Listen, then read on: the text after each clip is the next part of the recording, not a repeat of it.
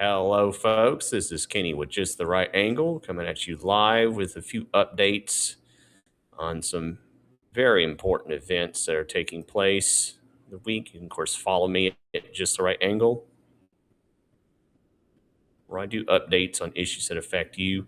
YouTube account is Keep Arkansas Legal. Big story today that happened a few days ago was a letter that was written by the Arkansas Catholic Diocese Bishop Anthony Taylor. And he wrote another letter supporting illegal immigration. Of course, he never says that. He's trying to kind of straddle the fence there. He's done this before. I want to show you the letter itself and go a little bit of it piece by piece and then talk about the past of this individual. So here's the letter. This is on the Arkansas Catholic Diocese of Little Rock page. And it was published January 24th. And he starts off this letter. First, he talks about his grandfather losing 20 first cousins in the Holocaust.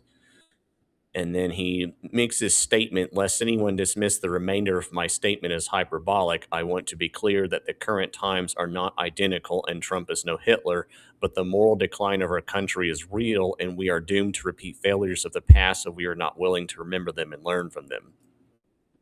So what he's trying to say is, no, Trump is not Hitler, but then he goes on a tirade about how a USA is similar to 1930s Germany. And in this statement I'm highlighting here, in Hitler, Germany had an eloquent speaker who was able to tap into the understandable fears and anger of people in the wake of the country's catastrophic losses in World War I and the financial meltdown at the end of the 1920s. The USA, it does have there are some financial issues and a lot of anger within the USA, but we are nowhere near 1930s Germany. And right off the bat, he's trying to make this correlation when there is none. Okay, World War One, post World War One Germany was absolutely destitute. People were having to take wheelbarrows full of money to go buy a loaf of bread because their money had become so inflated it was useless.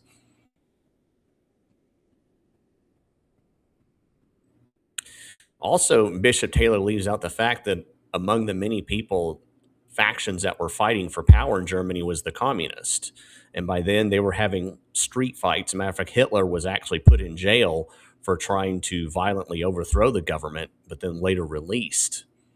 So they were actually having actual street battles, which oddly enough seems to happen in mainly blue states and blue cities that are mainly organized by leftist organizations that are trying to violently fight against immigration customs enforcement. And so here he goes on. In the 1930s, Germany's democracy was still young, its check and balances insufficient, its politicians too quick to go along with whatever direction the leadership pushed for. No, that wasn't the issue either. They were not first of all, it's not a democracy, it's a constitutional republic. And Germany didn't really have that much of a constitution, particularly in terms of speech and in gun rights. As a matter of fact, one of the things they did before they rounded up Jews and political opponents was register the firearms. And so again, nowhere near the same coalition.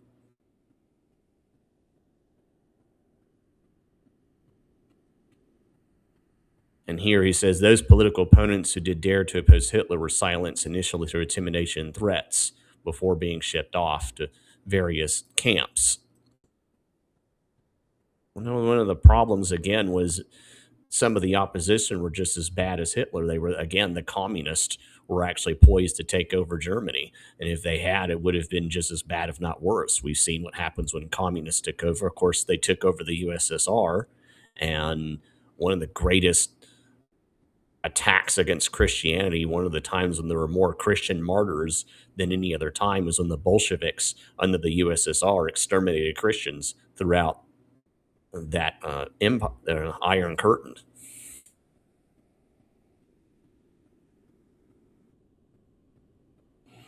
And here he talks about the brown shirts The SA or brown shirts silent many who disagreed privately with the direction their society was headed.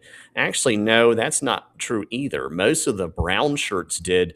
The SA were originally a thug organization which extorted mom and pop stores in 1930s Germany. They were used by the Nazis to intimidate, to go after Jews and sometimes political enemies. Later on, their leadership was murdered by the SS, and then they were taken over by the Nazis. So, no, it wasn't just that simple that they were thugs. It's a little more complex than that. And again, what we're seeing today, if there's mobs of organizations that are extorting people, it's most likely going to be leftist organizations like BLM or Antifa that are going to be firebombing mom and pop stores.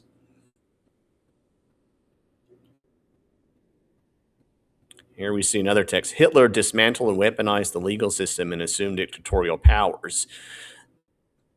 That's not happening here at all, although it did happen a little bit under Biden, especially during the J6 prisoners. Many of those who were protesting the stealing of our election during January 6th were imprisoned, not given due process. Many of them were accused of crimes that later proved to be innocent of. And there's other examples of the law being abused to go after political prisoners, but almost all the time it's the left going after the right.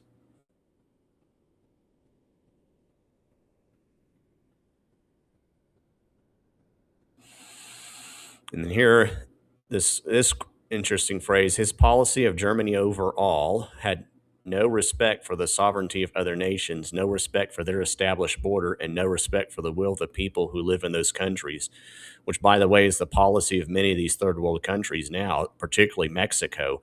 Mexico, for instance, has around 53 consulates in the U.S., and many of them are organizing these ICE rallies and have for decades been pushing to get their people onto the government dole so that we end up having to pay for them.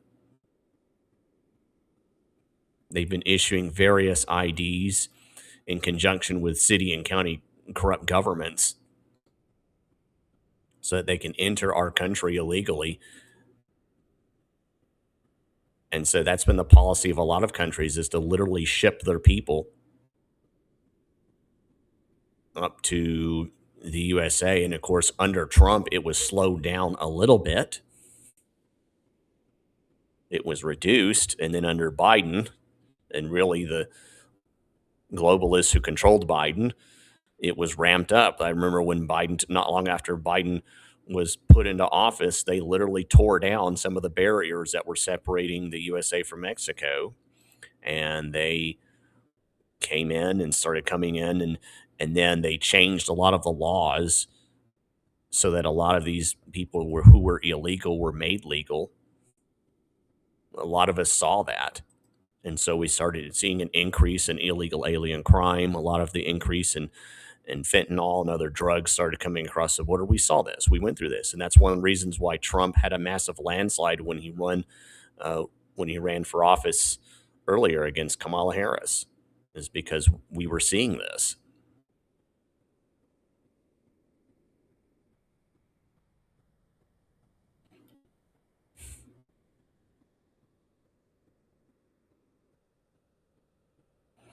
Migration, an inherent part of the human condition, human history, was also a big issue in the 1930s.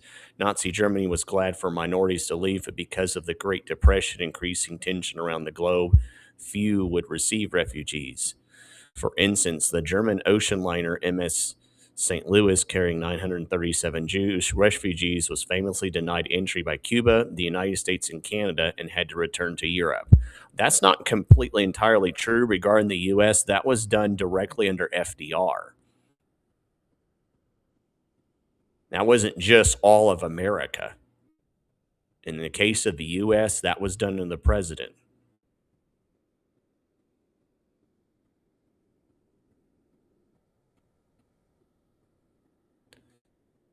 And of course, he goes on, talks about when Germany invaded Poland, my grandfather's cousins knew they were in great danger and had to flee. But when they crossed the border in what is in 1939 was the Russian occupied section of Poland, they found that the border was closed. They returned back at Sanok, the border town on the San River between then German and Russian occupied regions of Poland. One thing he is deliberately leaving out, which a lot of leftists leave out when talking about the Nazi rise to power, is that the USSR and the Nazis had an alliance for about 6 months from when the war started. Stalin and Hitler worked together to basically take over Europe. He should have really mentioned that.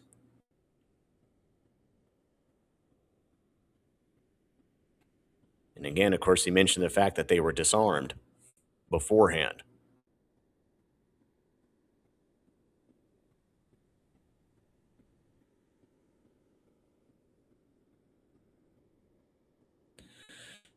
And so he tries to again downplay. He goes back. Obviously, these tragic examples are not what's happening here today. Well, actually, there are similar things that are happening, but it's in Nigeria. Christians are being systematically exterminated. In North Korea, if you're a Christian, you and your whole family can be disappeared and end up in a concentration camp. Of course, communist China has concentration camps for Christians, Uyghurs, and other folks. But again, Bishop Taylor doesn't care about that because he's a leftist, and to criticize leftist governments is never to be done.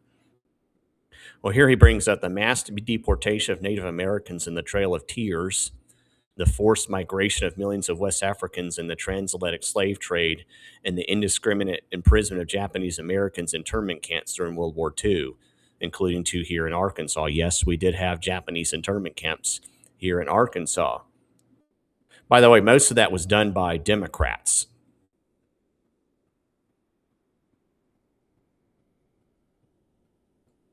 So not by all of America.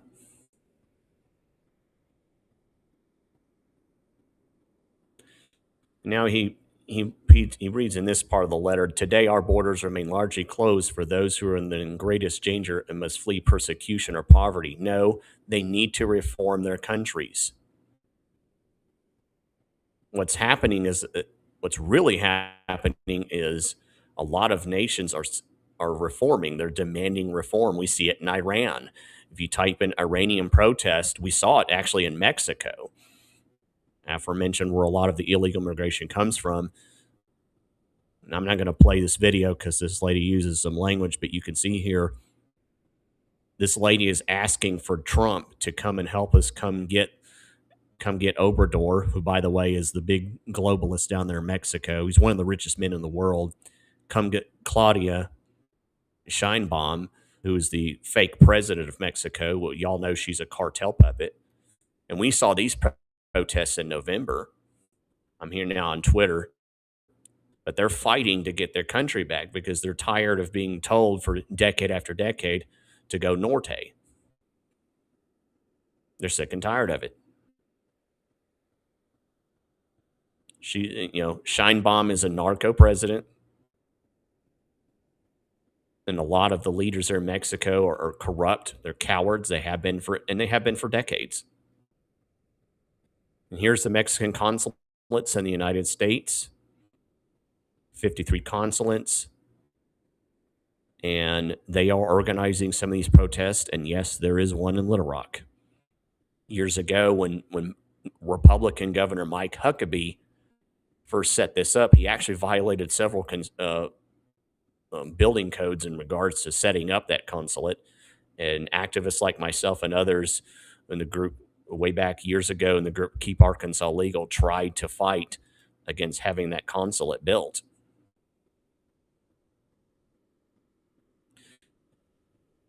And of course, we see this in Iran. If you type in Iran protest, you'll see the same thing. What's going now? They're fighting against their Muslim regime over there. And the Iranian regime has responded by killing thousands of people,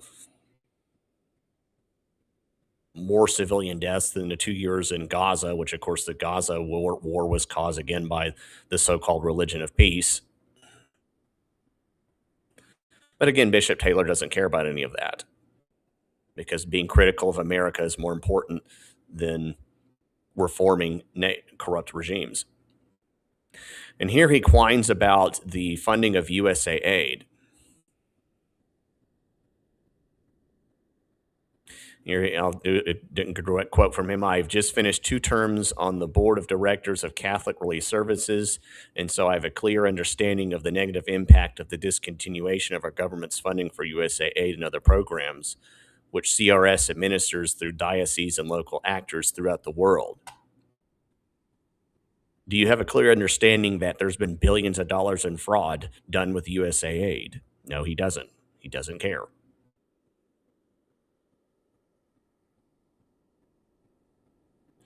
And so again, he says, and then the USA is not, the United States is not Germany in the 30s, but is it sobering to see similar patterns reemerging from that fateful decade? No, there's not the same patterns.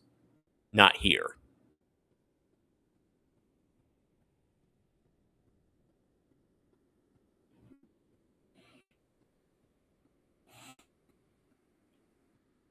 And so he gets a quote from Pope Leo.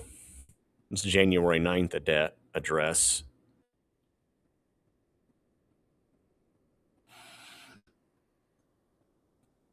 And then, of course, again, this final quote, but aside from our political situation, I pray that we will begin to look at the immigrants and refugees in our midst not as enemies or as other,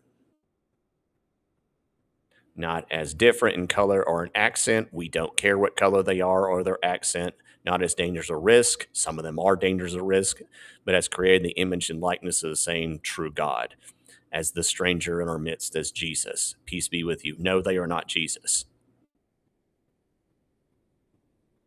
And we have thousands of victims, which Bishop Anthony Taylor and those like him do not care about, refuse to care about, and hate anyone who does care about them.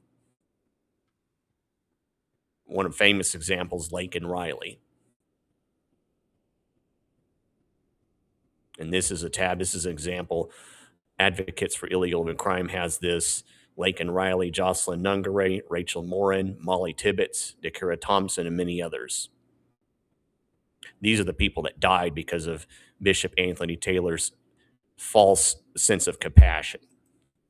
And I've added one myself that I've talked about who has not gotten as much attention. She actually happens to be a nurse, like the nurse that died trying to fight against ICE. Her name is Jennifer Morton. And I mentioned her death.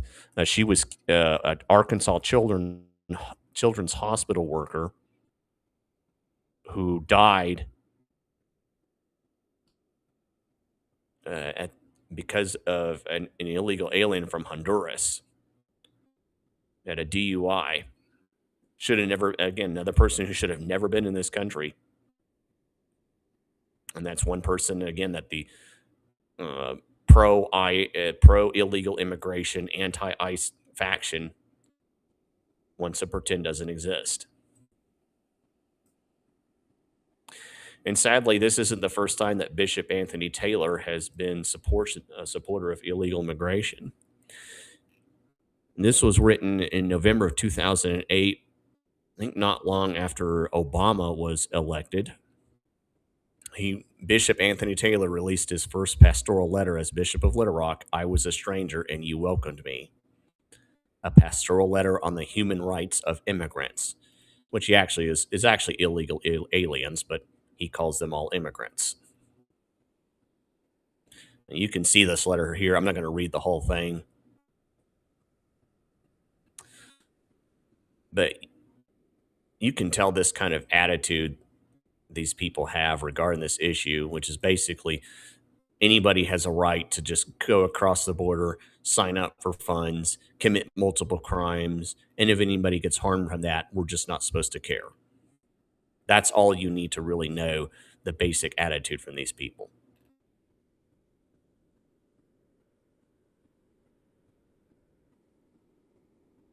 And he gives examples in the Bible of when God told people to immigrate.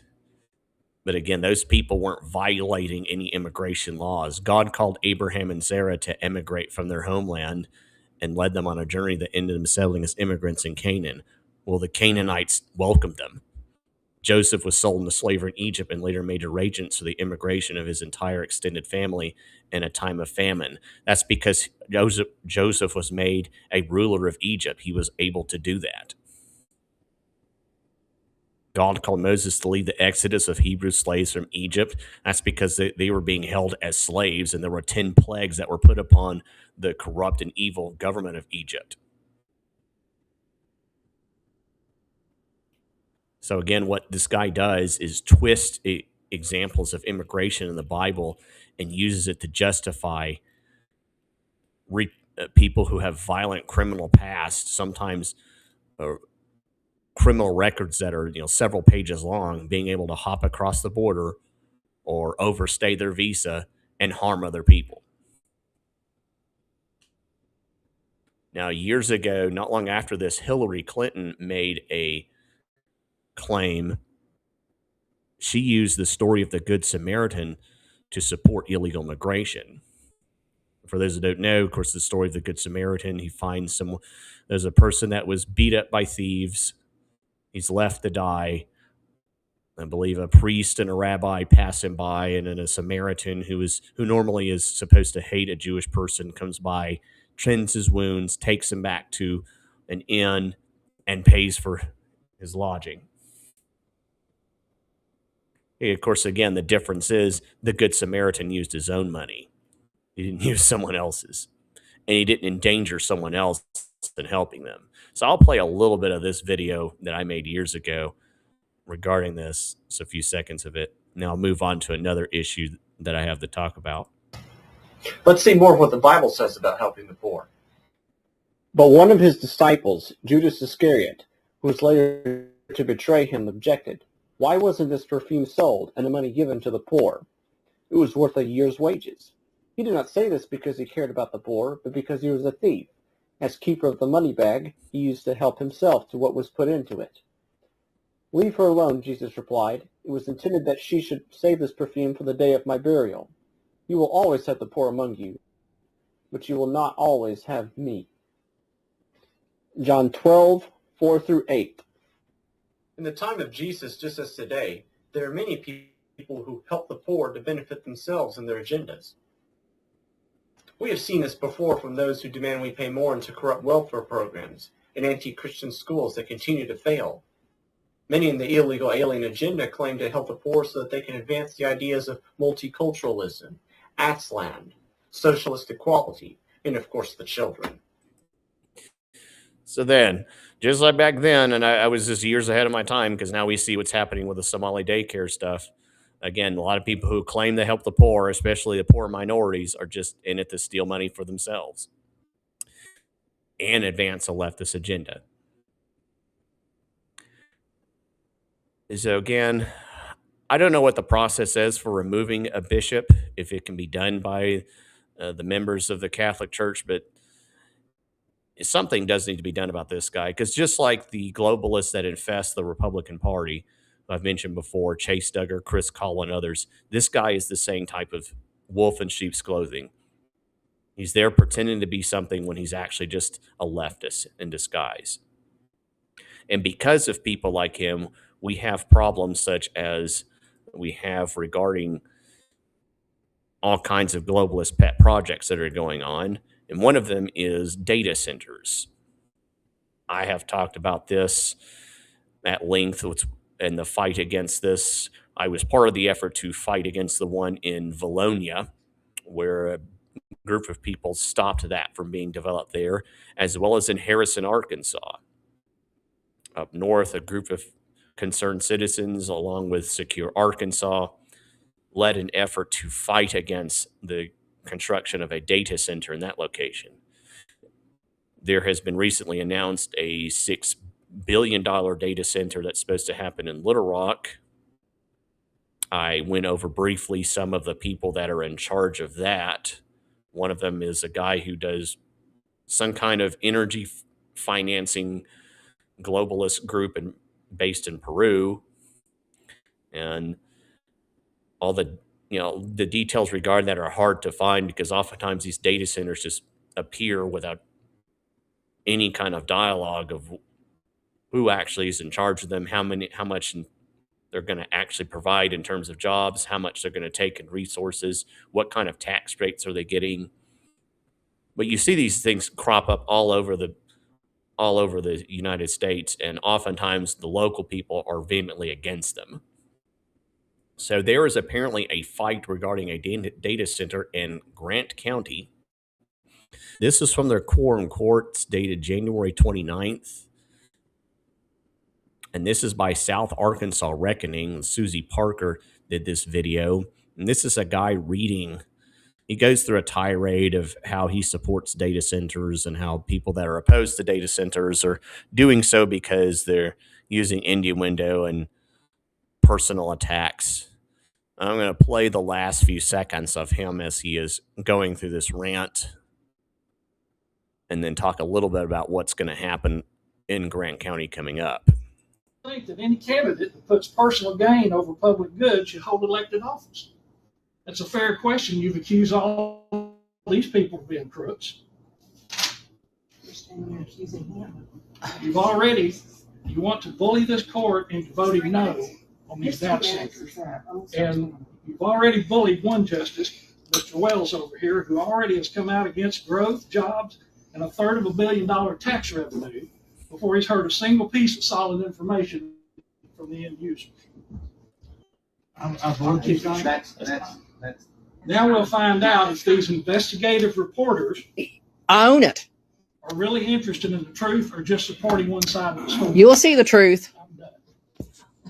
So I texted Randy. Can I respond to this, please? I'd like to respond too. If he's going to attack me. I'll leave the, it's not a public hearing. I'll leave if y'all want to vote on that, y'all can somebody make a motion and we can do that. Or is it open at the end? No. There's a sale of every lot in chronological order. What does that have to do? What gives him the right to attack me, a member of the press? I'll be glad to answer a couple of questions. Well, I'd like for you to, why are you attacking me? I'm just doing a job. I'm just asking if you're going to report on this. Oh, I'm about to report on a lot, including you. Did you attack Casey Reed? I've got a question for you. We need to move on with our. Well, I'll handle it after this. These people, I'm welcome to stay as long as they want to. Okay. This official meeting is over. Okay. You accused Brody of doing.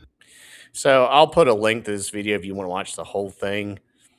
I think his speech starts around minute 5:30, and then he goes on a tirade about the data centers and how wonderful they are and how anybody who's opposed to them are attacking people.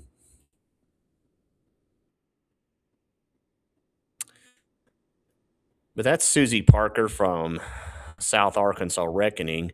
The quorum court usually meets on the third Monday of the month.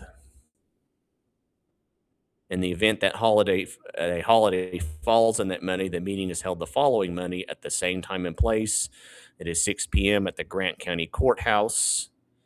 Apparently, there is a holiday in that day. It's Grant County. I don't know if I said Garland. Sorry about that. And it will be February 23rd. And here I posted the link to that video. And then I'll go ahead and post the details of that meeting. Now, one of the problems that we have with these quorum courts is they're able to make it a lot more difficult for people just to show up and say something. In the case of the Grant County, apparently you have to be on the agenda. You have to contact them ahead of time and let them know that you're going to show up and say something. They don't just have an open public comment. Although they should, but they don't. So here I'll just post a comment here so you can see details of that. So it should be February 23rd, barring weather or anything else, 6 p.m. Grant County Courthouse. Not sure if I'll be able to film or live stream that, but according to South Arkansas Reckoning with Susie Parker. She's supposed to be there, and I guess she'll give a response to the accusations made to her by this person that was reading from a book talking about being pro data center. And here's actually the South Arkansas Reckoning's page itself, is a website. They have various stories on this. Here's a story about Texas data centers have to use backup emergency generators during the storm. And there's a Grant County judge candidate, Scott Wells, says no to data centers. And you can see other stories that they talk about. But those are two issues that I wanted to bring up, let people know about. Again, you can follow me at Just the Right Angle on Keep Arkansas Legal on YouTube, MeWe, Truth Social, and Gab. There's my Twitter page, Kenny_NLR. If you know of any other stories that are going on, I'm going to eventually talk about the tax increases that are going on and a little bit about some of the elections and the primaries. The deadline to register to vote is February 2nd. You need to be registered to vote by then to vote in the March 3rd primary elections. And then I'll talk about ways you can research those, who's running for what office and where to find out more information about them. Anyway, remember, when the righteous rule, the people rejoice. When the wicked rule, the people groan. Other than that, you all have a wonderful day.